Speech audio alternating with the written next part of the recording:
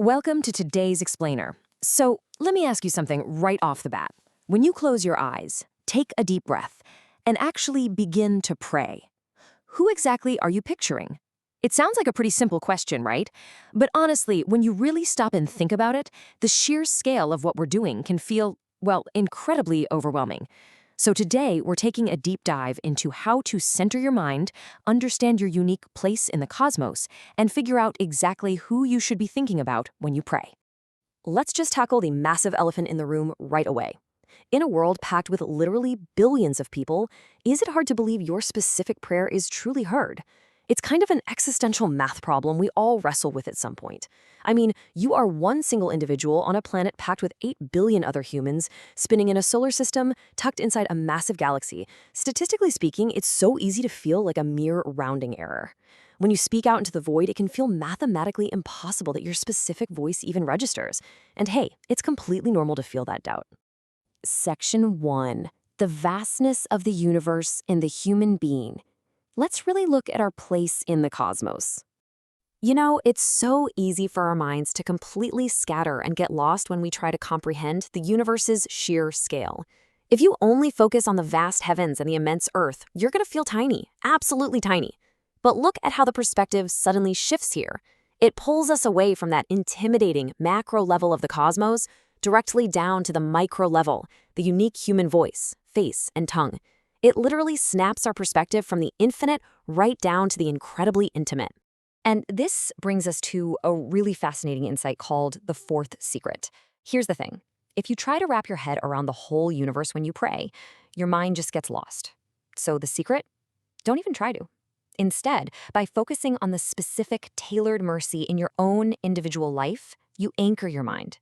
Just seeing how your personal needs are met helps you turn directly to a Lord who knows you personally. It's a real game changer. Moving right along to Section 2, the special seal on every human. Think about the biological proof behind this idea for a second. Out of all the billions of people out there, no one has your exact voice. No one has your exact face. In fact, even identical twins who share the exact same DNA, they do not share the same fingerprints. No way. You are not some mass-produced product of the universe. You are a totally custom creation. The exact same immense power that's out there managing galaxies actually meticulously crafted your unique biological signature. Section 3. The meaning of Ehadiyat and mercy. Let's break down these two key concepts. So, the crucial piece to really grasping this is the concept of Ehadiyat. This is the beautiful truth that God's unity isn't just some broad, sweeping, abstract idea. It actually appears with a special, unique seal on every single individual being. And yes, that includes you. Understanding Ehadiyat means knowing for sure that you aren't sending a message to some distant abstract manager of the cosmos. You are addressing a creator who is hyper-focused on you individually. But here's the catch. A unique seal is really just a biological fact until we introduce rahmat, or mercy. Mercy is the bridge. It's the active force that takes this vast, kind of mind-bending concept of Ehadiyat and brings it right down to your heart. Because when you experience mercy, like when that specific worry of yours is resolved or a really unique need is met, well, that is when you actually feel the closeness of the Creator. All right, Section 4, turning directly in worship. Let's look at how we actually apply this. Think about this exact phrase we use daily in namaz. You alone we worship, and you alone we ask for help. I really want you to think about the mechanics of what you are actually doing here. You are not shouting into an empty canyon, hoping some indifferent force might hear an echo. Not at all. Because of that seal of Ehadiyat and mercy we just talked about, you are directly addressing a Lord who actively sees the finest details of your life. However, we have to establish a very vital theological boundary here. Feeling this profound closeness absolutely does not mean you should try to put God into a physical shape or form in your mind. The rule is explicitly clear. God resembles nothing.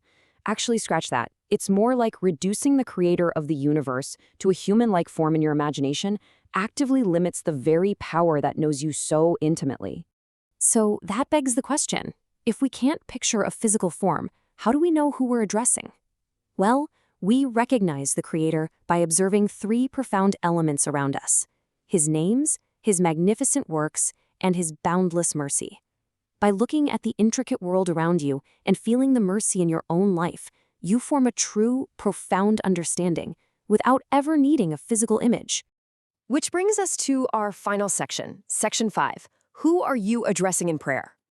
Okay, here's a roadmap to instantly transform rote, mechanical rituals into a genuinely mindful connection.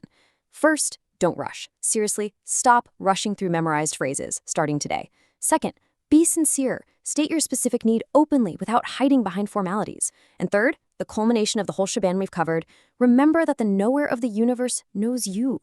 The one who hears your need is the exact same one who crafted your unique voice to speak it. And this is really the ultimate takeaway here.